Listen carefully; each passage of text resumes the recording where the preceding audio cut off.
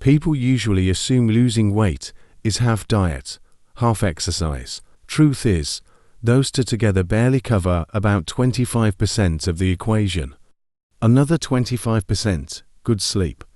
And the other, well, 500% is actually just doing what you said you would. The good news, if you start a diet right now, there's a simple way to make it nearly impossible to fail. Step 1. Get inspired.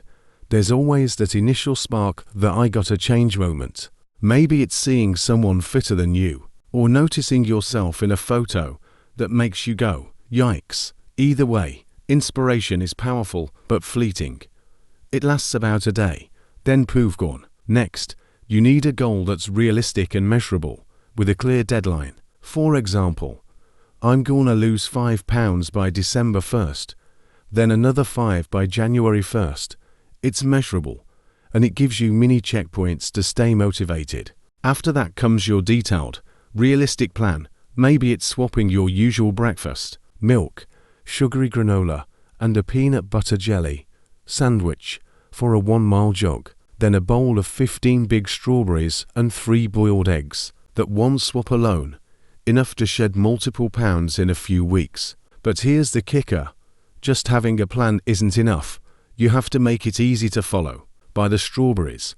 Boil the eggs the night before. Lay out your running clothes. That way, when you wake up, the easiest move is just to follow the plan. If you don't prep, and you keep peanut butter and jelly front and center in the fridge, guess what? You're not committed. You're just waiting for the one day you cave. Here's a simple rule. Make healthy easy, and junk hard. Sounds obvious, right? But life happens. Temptations pop up, like accidentally face planting into an IHOP booth, seeing every item over 1,000 calories, and feeling that pull toward the most dangerous 5 words in diet history. You know the ones. One cheat meal won't hurt. B. I'll actually start dieting tomorrow, never do this. C. I just won't eat later. D. Maybe I'll just start bulking. This is when willpower comes in. That's just the ability to say no. You can strengthen it by predicting every excuse you'll make and practicing saying no. Walk away from bad choices. But remember, willpower isn't endless. Don't rely on it. The smarter move, avoid the temptation from the start. Now, here's the ultimate cheat code for motivation. Turn actions into habits. Wake up. Go for a jog automatically. Reach for the strawberries and eggs automatically. Once you hit this point, your plan gets way easier every single day. Eventually, you might even enjoy eating healthy and exercising. At that stage, it's not just a lifestyle. It becomes part of who you are. That's the ultimate goal.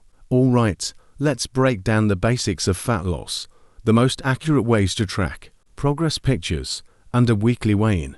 Early on, you might not see much change, sometimes not even for months, because your body sheds fat from hidden spots first. But once visible progress appears, it accelerates fast. For a more precise measure, you can step on the scale daily, but know your weight will fluctuate due to water and food types. So focus on weekly averages, not day-to-day numbers. You've probably heard the rule: eat fewer calories than you burn. If your body burns 2,000 calories, eating 1,700 creates a deficit. Your body pulls energy from fat and a tiny bit from muscle to cover that 300 calorie gap. Drop to low like 1,500 or 1,200 calories, you'll lose faster, but it becomes much harder to maintain. The standard method: use an online calorie calculator, pick your activity level, be honest, and start there. But everyone's metabolism differs.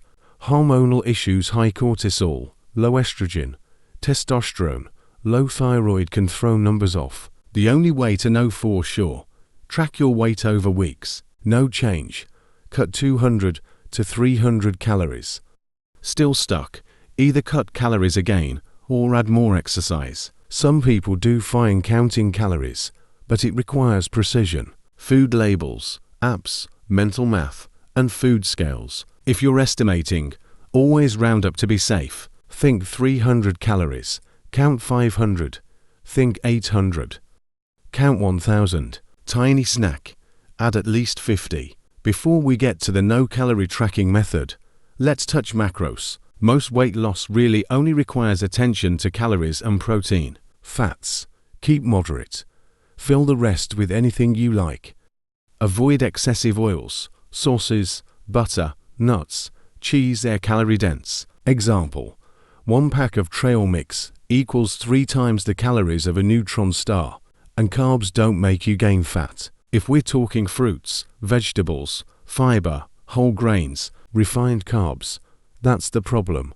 Sugary, processed, stripped of nutrients, engineered to be irresistible. Basically, most of the grocery store, they make you hungrier, faster.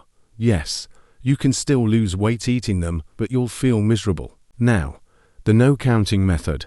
Swap minimally processed foods in place of junk.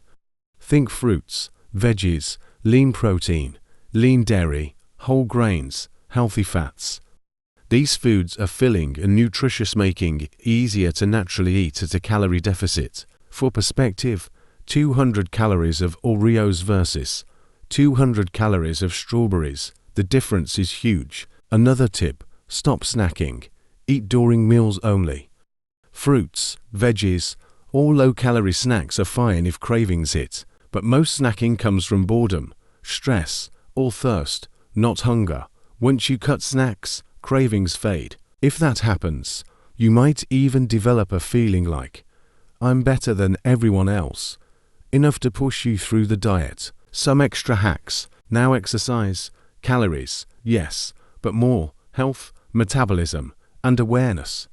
Once you feel how hard it is to burn 200 calories, that bag of chips suddenly looks less appealing. Exercise tips. 1. Lift weights, builds muscle, burns calories, revs metabolism. 2. Walk more, 10,000 steps day equals cheat code. 3. Cardio. Diet greater than cardio for fat loss, but it helps. HIIT or circuits keep it interesting. 4. Move more daily. Getting up and moving around and just doing stuff throughout the day burns way more calories than you would think, like taking the stairs, cleaning your house, pressure washing your driveway, cooking, fidgeting, standing, walking around, carrying groceries, and touching grass. Anything but rotting in bed. Finally, sleep, often ignored, but critical. Sleep regulates hormones, key players in fat loss. Even if you think, "I sleep fine," quality matters. Anyway, please donate a subscribe to fund the next video.